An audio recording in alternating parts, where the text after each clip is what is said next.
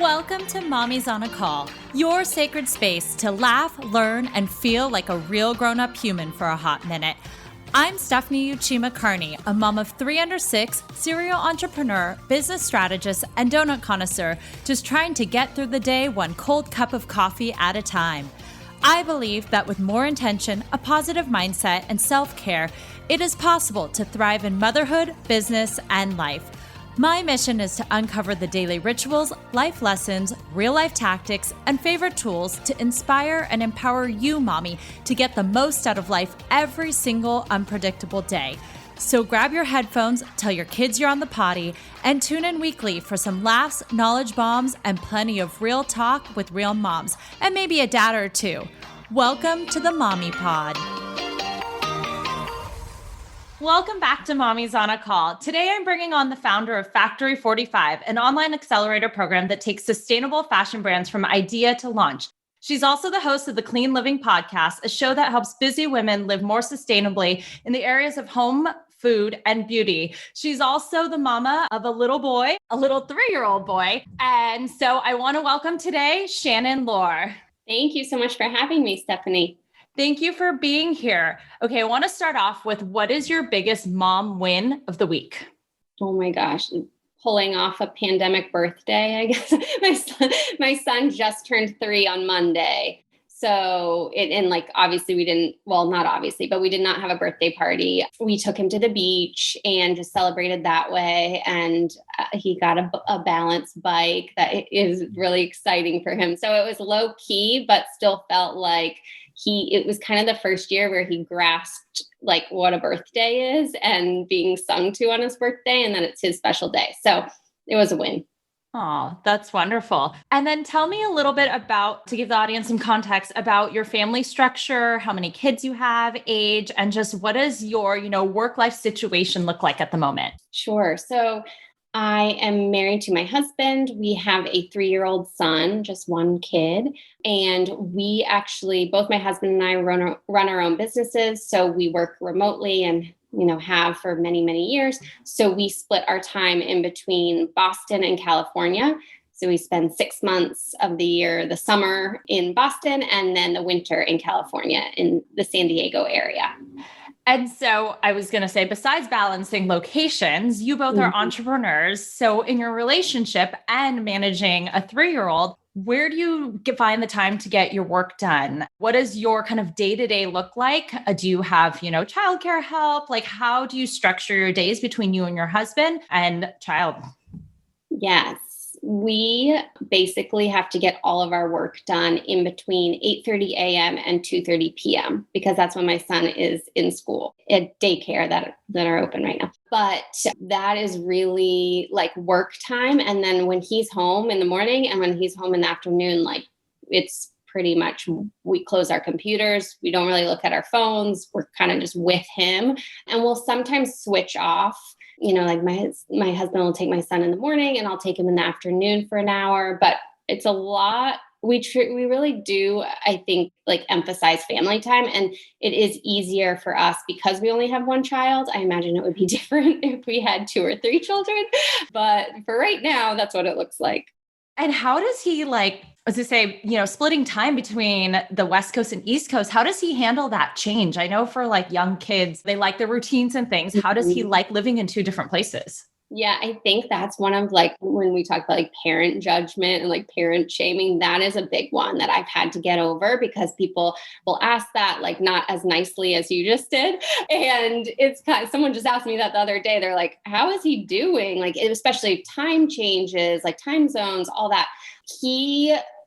I don't know, maybe he'll have like long-term effects that when he's 16 and he has like no home, feels like he has no like grounding or home base. We'll be like, ooh, shouldn't have done that when you were little.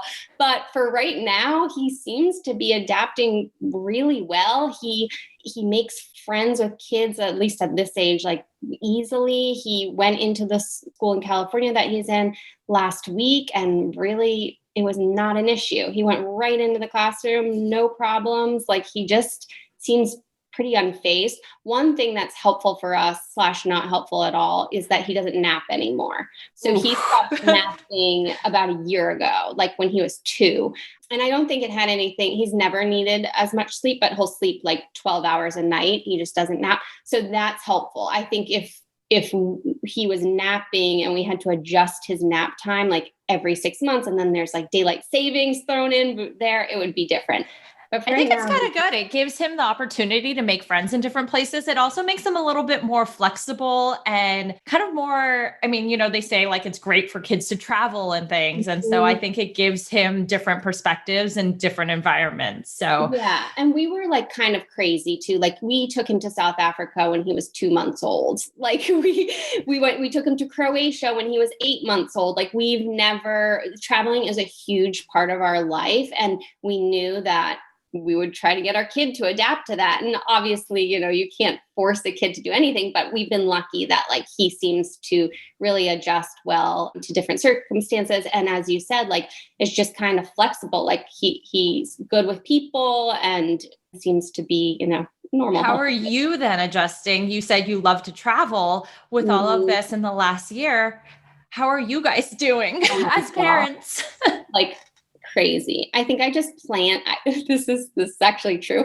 I just like plan trips knowing they're going to get canceled. We did that too. We booked, I think, Hawaii probably 3 times. And I was like, we're going to cancel this anyway, but it gives me something to hopefully look forward to. Yes. It's so sad. I know. Now I think I gave up because I don't like listening or waiting on hold anymore. But I know. Or like, am I going to get these points? Yes. Back. I digress. So I want to dive into clean living because I know you run a company based on sustainable fashion and all of that, which is super interesting. But I think for the moms out there, clean living is kind of this new buzzword and this new hot topic. I mean, the Honest Company brought it to light years and years ago. And slowly over time, I think moms are more hyper aware of the products, the chemicals, and all of that they're putting on themselves, putting on their children, putting in their environment, etc. And I know for me, I started listening to your podcast, which is the Clean Living Podcast. For those who want to go check it out, they're really quick, easy to digest episodes, which I love because I think I binge listened 10 at once because it was super fast and easy. But I'm not going to lie, as a hypochondriac, I was a little bit like, whoa, everything's going to kill me. So I want you to kind of dive into maybe what are the top 3 ingredients or things we should be looking at in products or out there that are the most harmful so that, I can't eliminate everything in my house and we all have to live in moderation. What do you think are the top 3 chemicals that we should be aware about and kind of what are their implications of using them? Yeah. So it is very overwhelming at first. That is why I also tried to create a podcast with short, 10-minute episodes, because I know how overwhelming this is. And I have been learning about this stuff over the course of 5 years, not 5 minutes, or 5 hours. So that's sort of the format. I would say the top 3 things. First, BPA. So anything that's plastic, like if you are still putting your kids' hot lunch into a plastic container, I would encourage you to switch to glass. BPA is something that releases into our food, seeps into our food. And there's a whole slew of issues with BPA. That's why you see cans and they'll say on the outside non-BPA lining or whatever. So BPA is one. Another Do you have one any favorite products, any favorite kid stuff that is BPA free that you use for eating or? Yeah, anything glass, Pyrex, the OXO brand. Really, mason jars. I use mason jars for everything. If I batch cook something, then I'll just put it all into a mason jar to store it. So just it doesn't have to be fancy. It's just try to stay away from plastic storage. The second one is glyphosate. So this is a chemical most commonly known as Roundup. It's sprayed in our grass and weeds.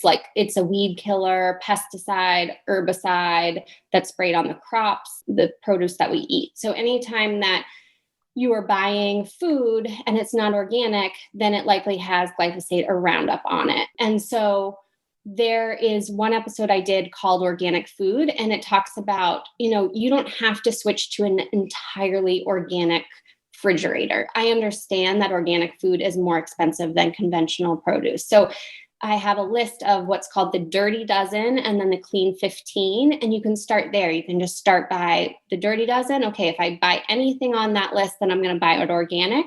And then the Clean 15 is okay to buy conventional. And then the third would be, I actually had a quick question on that. Are there any good, like, not soaps or like cleaners that you can use for even the Clean 15? Like, if you do have to buy non-organic, are there any good like fruit, veggie sprays or cleaners that you would suggest? Or do you think those have chemicals too that aren't good? No, it's so funny you asked that, because so my friend runs the Clean Beauty box. She's all into clean beauty, and she's actually in the San Diego area too. And I just recently texted her about that. Like, do you use anything? Because I honestly don't know. I haven't gotten into it because I'm just like, ooh, are we gonna like put something else on our food?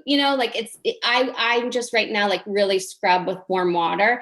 I will say, like, there are like Branch Basics is a cleaning, just basically a concentrate that you add water to. I would maybe, if someone's wondering about this, look on their blog and see if they have any tips, because they might have like a spray, but I don't use one that I can recommend. And then the third ingredient. Oh, the third would be, well, it's like between like formaldehyde and like triclosan. Why don't we do both then? Well, triclosan is a chemical that is banned in a lot of the US products, but not everything. Like, it can still be found in hand soap, hand sanitizer.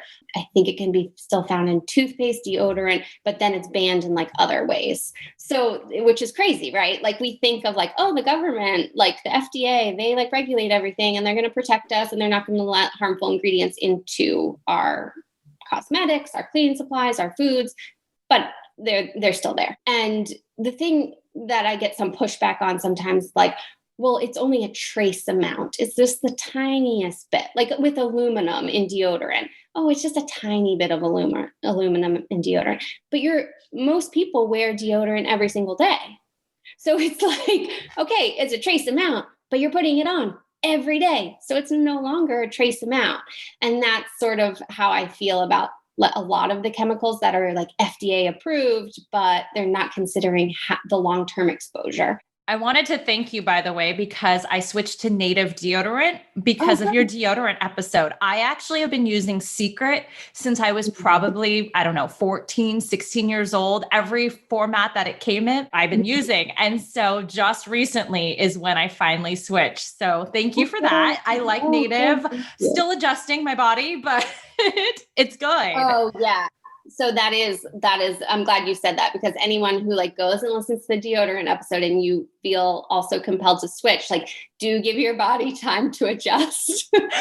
I was like, oh, don't know, is this working? And then like, I'm breaking out a little. And so I think my body's just like, what is this? And it's just adjusting to that. It's and detoxing. Yeah. Yeah. And then to formaldehyde. Oh yeah. And then formaldehyde, which is like, formaldehyde resin is in like everything. I mean, it's in nail polish. It's in any sort of like, we have flame retardants like that are sprayed on furniture or kids' pajamas or like conventional mattresses. Formaldehyde's in a lot of stuff. So that would be one, which again, like the hard part is when I say these things and I'm thinking this as I'm saying it, I'm like, well, I'm saying all these things, but they're not even going to be on ingredient labels. Right. So that's sort of the like kid pajamas you just said. I'm like, wait, I'm putting formaldehyde on my child?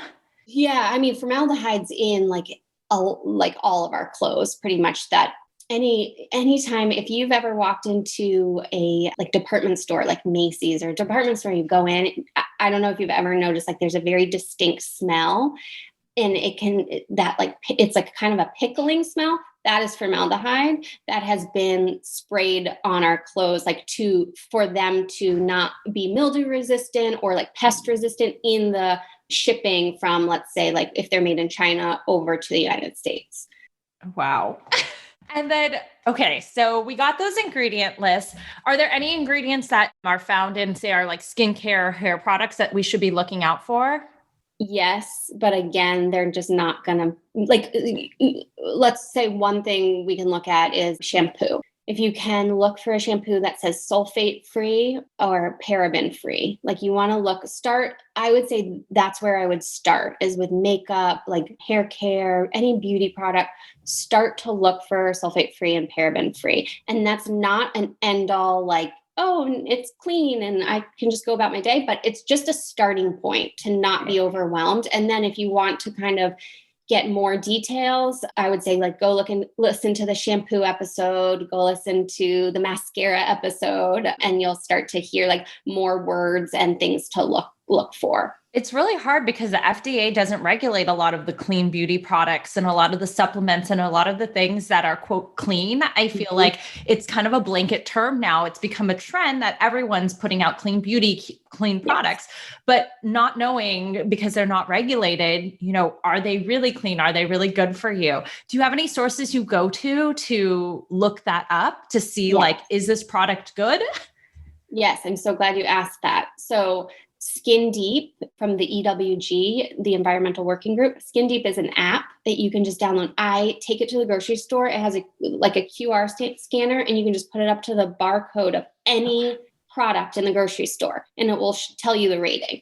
Okay, I'll have to put that in the show notes. That's awesome. It's awesome. And then Think Dirty is another app where you can search. It's mainly beauty and beauty products. I think they have some, like they'll have sunscreen on there and stuff, but you can search like any, I've had friends who have been listening to the podcast and they're like, Shannon, I just went around my entire house and searched every single product in my home on this app to see. And like, oh God, I have to revamp everything. But don't feel like you have to overhaul everything. I think it's just becoming aware and then figuring out what the things are that are important to you. Or what you could do is like, look up the ratings of the products in your home. And then like, let's say the 10s, the one that are red and like the worst, start there, replace those first. And then you can like wait and do the yellows in like a few months. And then the ones that are green, like keep using those. So Think Dirty, Skin Deep, EWG. Love that. And I laugh because about 3 months ago, I had Tide Pods, Pantene Pro V, like Secret Deodorant, Clorox bleach. I literally was like the worst person in terms of clean. No, you're not the worst. So if someone is like me, what do you think is the top 3 items or household items, skincare products, whatever that might be that you can find in your house that you should probably look at and get rid of today? It depends on like, let's say you are a single person and you don't have any kids. My answer would be different for someone who is like trying to get pregnant and has had fertility problems. It's going to be different for like the mom who has kids. But I think, let's say just like for us as women, I would start like deodorant. I really would start with that. I would start with shampoo, really anything that like you're putting on your body every day. Skin, like any sort of makeup or skincare, lotions like that you're rubbing into your skin. Like the skin is it absorbs everything. For like, let's say for kids, if you live in a sunny area, like switching out the sunscreen, which I actually haven't done a sunscreen episode yet, but that's a big one. Cleaning supplies, that's huge. Like again, if you have a family, the VOCs that are released from like Clorox bleach, like and just conventional Windex, conventional cleaning supplies, I would say try to switch over to cleaners. Branch Basics is my favorite one. Where can you buy those? Branch Basics is online. I think I have like a discount code too on the Clean Living Podcast website. If you go to Cleaning Supplies is the name of the episode, I have a discount code there. Okay, but not Amazon or Target or... You can get cleaning supplies in Target now. And I have a list, of ones you can get at like Whole Foods or more mainstream. I try not to recommend Amazon because I don't like to support them. But yes, a lot of them you could get on Amazon. Perfect. Wow. That was extremely informative. Thank you. So let's switch over to kind of what your role is as an entrepreneur right now. Tell us a little bit about what your pre-mom life look like with your company? Because I believe you started Factory 45 before you became a mom, and kind of what it looks like now and why you started it. Yeah, so I started my company 4 years before I became a mom, which was very helpful for anyone starting a business as a mother. I applaud you. It is not easy. But basically, I started my company because I started a sustainable fashion company back in 2010. It took my co-founder and I a year to get off the ground. Like, it was just so hard to set up a supply chain and do it in a way that was sustainable and with ethical manufacturing right here in the US. And actually, can you define what that means? Like, what is sustainable, ethical fashion? Because I think those are also buzzwords that we hear. We think we're buying something, but maybe it's not right. I know, like, I've seen a lot of like op-eds on like the uncovering of certain brands that aren't really. Yeah. So what is really the definition of a sustainable, ethical brand? So sustainability and ethics are two different things. The sustainability piece usually relates back to like fabric and materials being used, packaging, end life. Really, like, are you using recycled materials? Are you using natural organic fibers? Those are like two of the main sustainable fabrics and materials when you think about sustainable fashion. Ethical fashion relates more to the manufacturing. So have you been to your factory? You know that the sewers are paid a fair and living wage? Is it a clean working environment? Do they have safe exits? Because the fact of the matter is that is not the norm for the fashion industry, for the garment manufacturing industry. We, hear every once in a while about these major disasters, the Rana Plaza factory collapse in Bangladesh that happened several years ago, protests in Cambodia by garment workers. There are a lot of human rights issues that are associated with the mainstream clothing brands that we wear. So those are the two sort of like foundations of ethical and sustainable fashion. So back to, your story. Yes. So basically, at the time, I didn't know anything about sustainable fashion. I was a journalism major. Like, I was a fast fashion bargain bin junkie. Like, I would go to Forever 21 in college, grab a dress for $10, wear it once, throw it in the back of my closet. Like, that was definitely my MO. And then I started to realize, oh my gosh, like, all these things that are associated with the fashion industry, I can't be a part of this. And so we committed to, if we're going to do this, we're going to do it in a way that it doesn't harm people and planet, or has the least impact on the planet as possible. So we ended up having just this amazing launch. We quadrupled our first production run in pre-orders. We were featured in the New York Times, the Wall Street Journal. It was just like this amazing first experience in entrepreneurship. But what I realized was I didn't set out to be a fashion designer. Like, I didn't set out to be selling products necessarily. It was a great learning experience. But now I had all of these skills and connections and knowledge that I didn't have before. And I thought, why is it so hard to create a clothing brand that is sustainably and ethically made? Like, that should just be like, oh yeah, if you want to start a clothing brand, let's start from the foundation, start with a inherently good business model. So that led me into starting Factory 45, which helps entrepreneurs start clothing companies from the ground up that are sustainably and ethically made. And what happened to your clothing company? So I sold my portion to my business partner back around at the end of 2012. And then she ran it for a few years, and then she sold it to someone else. Okay. And so at least you didn't have that when you had your son, but you did have your current company. And so that seems like it's a little bit more flexible to be able to, quote, balance both. Yeah. I think I just had like foundational goals that didn't necessarily consider having a kid. Like, I knew that was probably in my future, but at the time I had just started dating my husband. Like, that it was kind of far off.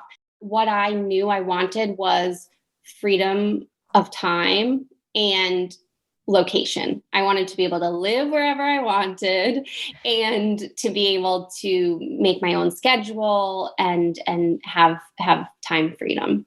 I love that. Design your business. Design your business to live the life that you want.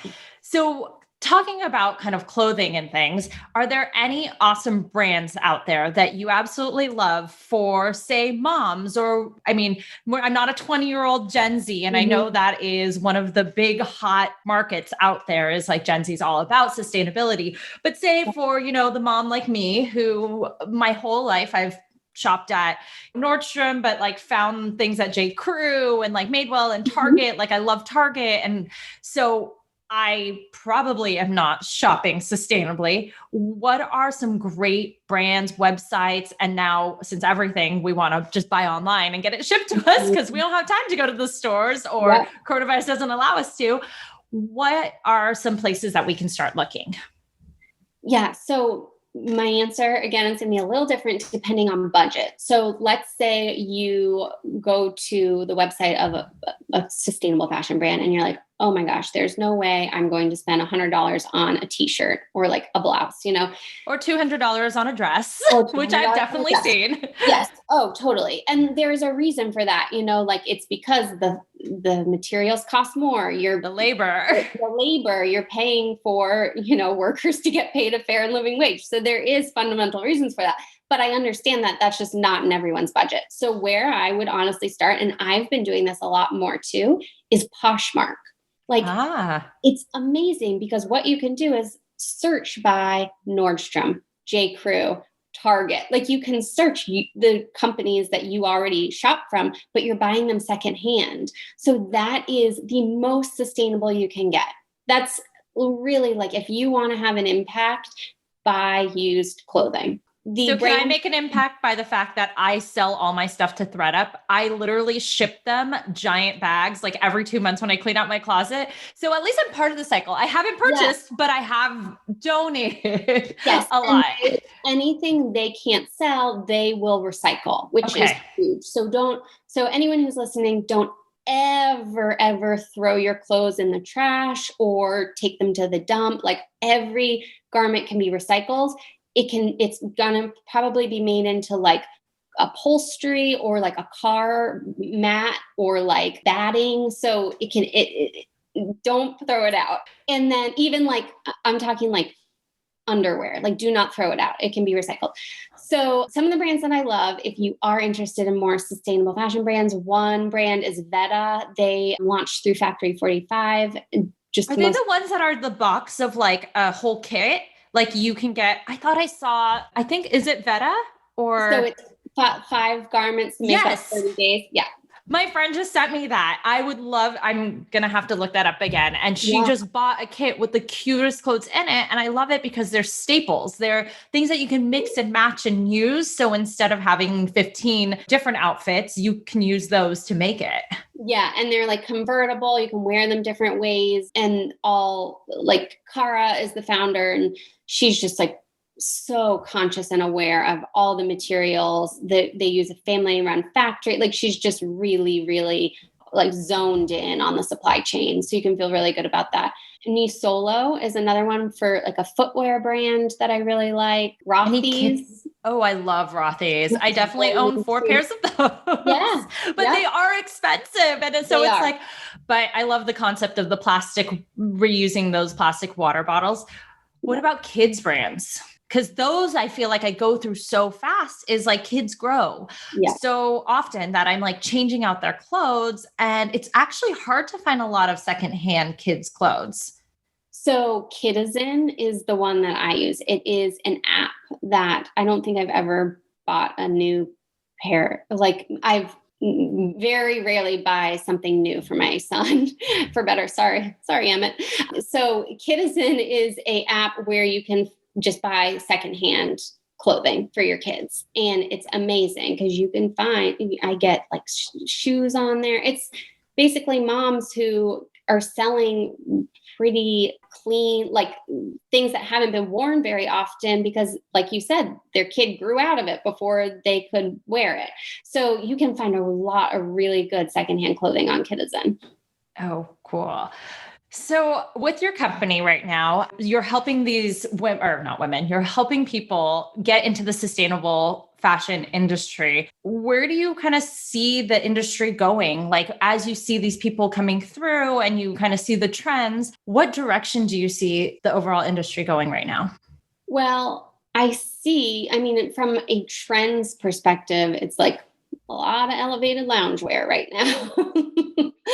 Like, so that's like, more specific, but really the silver lining of the pandemic is that the fast fashion industry, these giant retailers like H&M and Forever 21 and Zara, they were left with retail stores just sitting with inventory. And it was really a wake up call and sort of like a moment of reckoning for the massive amount of waste that these fast fashion brands produce.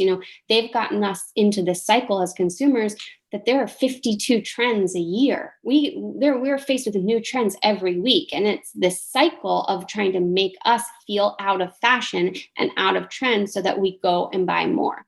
And so they are going to have to overhaul their entire system. I think there is going to be a focus on localization because we saw like the factories they're working with in Vietnam, Bangladesh, China, are shut down. And to be able to sort of do small batch or pre-sell or to not create so much inventory when you don't know you're going to be able to sell it. And then it just goes into waste. There are stories you'll see, in the news of bags of H&M clothing being found next to a dumpster slashed through so that people can't get it out of the trash and wear it. So it's just like going into landfills. And so if there is anything good about everything we've all been through, it's that there are certain industries that are being called out now and are going to have to change. When you were saying like, don't throw even your underwear in the trash, but because they can be recycled, where can we do that? Like, where should H&M have donated their clothes, or where can we, like, if we can't sell them or, we don't have those resources, do we give them to Goodwill or do they just throw them in the dumpster? Like, how should we recycle? Yes. So you can take them directly to a textile recycler if you want. Like often you'll see kind of like those Planet Aid bins, but there are ones like those that are for recycling. And then it depends on where you live, obviously. But worst case scenario, it's not the worst case, but like take it to Goodwill and they will recycle them. They have a whole amazing system for textile recycling, and they want your dirty underwear or whatever. Like, I do always feel so bad for the people who have to sort it, but they don't want that stuff going to landfills because they can recycle them. Oh, that's good to know, because I know when I was even donating toys, they told me that if the toy wasn't new, they just throw it away. And I wasn't sure what throw it away meant. And so the thought of all of this like plastic toys that we have in our house being thrown into landfills kind of made me not feel good. But then I had no idea also what to do with it. So I don't know if they recycle it or... I can't speak to the toys. I wouldn't be surprised, honestly, if that is what happens, but I know with the clothing, that is definitely not what happens. They will recycle it. Wow. Thank you. All of this information was so eye-opening. I really appreciate it. All over the place. Like, don't do that. No, it's good. Like, I'm just, it's hard to find all of this. And so I love that, like, your podcast gave all of these quick tips, because I was able to go to an episode and learn more about like toothpaste. And learn all about just bleach, or learn all about all these different things. And so, yes, it's a little scary, but also if you're not informed or you're not aware, then, you're just walking blind. And so if you want to make an impact or change your own health, that's super informative. So thank you for sharing that. So on a mommy note, I wanted to ask, one of my final questions is, what is a mom superpower that you gained in life once you became a mom that helps you be either better in business, better in life, better in whatever capacity? So something that you gained once you became a mom. Patience.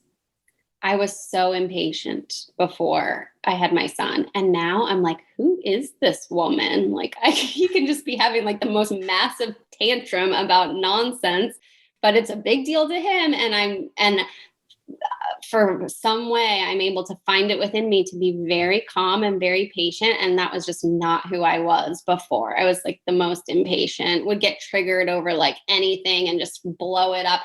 I think that goes into like perspective too. I just care less about certain things because like it just doesn't matter in the long run. And so I love, I don't know if you know this podcast, but the Unruffled podcast, Janet Lansbury, her whole thing is just like, I'm just unruffled. I love that. I wish I could just be so calm about things. So some things I am, but you then have 3 kids. I only have to be patient with 1 kid. I was an only child, so I kind of get it from a weird perspective. But when my parents come over and they're like, it's chaos at your house, I'm like, you had 1 person and you had a girl who's like calm. Like you have 1 boy. Boys are a lot more energy. I mean, I know there are girls with a lot of energy. I happen to be not as crazy. So, but yeah, I learning patience and learning to like put on earmuffs and be like, la, la, la, la, I don't hear you. Yeah, you have to. And I think in the long run, it's good for them, especially like only children, for him, he has like all the attention on him all the time. Yeah. So you have to sort of kind of just be like, unruffled by it all. Do you have any plans for a number 2?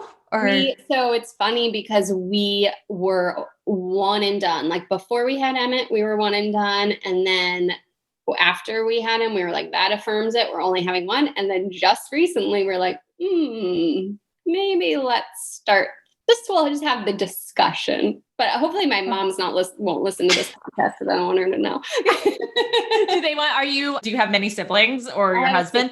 I have a sister and my husband has a brother, and my sister and I are close now, but 2 sisters can be competitive and tough, and 2 brothers close in age can be competitive and a little tough. And that's sort of what our sibling relationships were like. So that kind of made us like, we'll just only have 1. We don't want to deal with the fighting.